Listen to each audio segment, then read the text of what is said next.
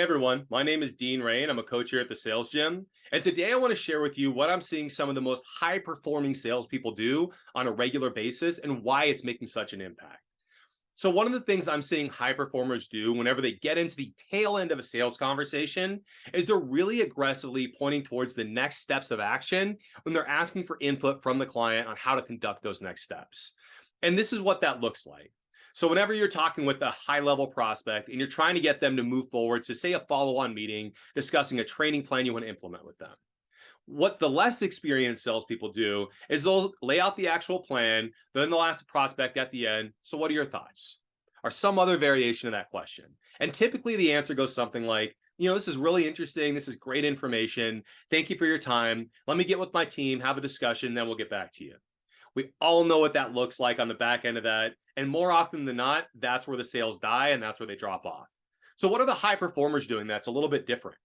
Well, the high performers at this point aren't surrendering control of where the conversation's going next. They're directing where that conversation's going next, and they're asking for input from the client on how exactly they'd like to go about it. And here's what I mean by that. So, what an experienced and a really savvy salesperson will do is they'll think through, all right, knowing what I know about this client, knowing what I know about how we've discussed implementing this solution, this is the next step of the process. They've identified it and they know clearly what that person needs to be doing next for this deal to continually drive forward. So instead of asking the question, hey, how does that sound?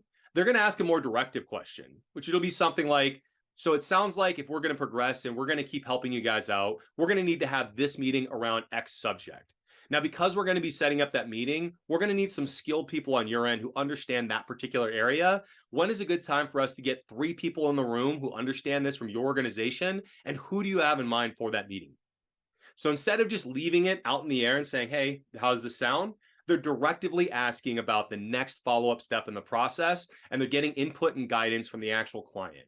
And what this does is it gets the client to describe to you the next step they envision for the process and how they go about doing it. And then you can get them to commit to what they just described. So instead of saying, hey, how does that sound? And they say, we'll get back with you after we talk to our team. What you would say instead is, hey, it sounds like this is something your team's going to need to see and have a discussion around. When is a good time for us to get together in a room and actually talk this through? And what this does is it gets you in the room and ensures you're able to continually push this ball forward and actually drive the sales process toward a successful conclusion. If you surrender control with that, what do you think style question, that's where the prospect or the client gets the ability to shut you down and end that particular momentum that you were building. So when you're getting to the end of your conversations, identify what's coming next in the process to get it done successfully. And your final question should be asking the client how they envision playing out that particular process, how they would like to provide input for it, and then you commit them to whatever it is they just described and you move forward with that process.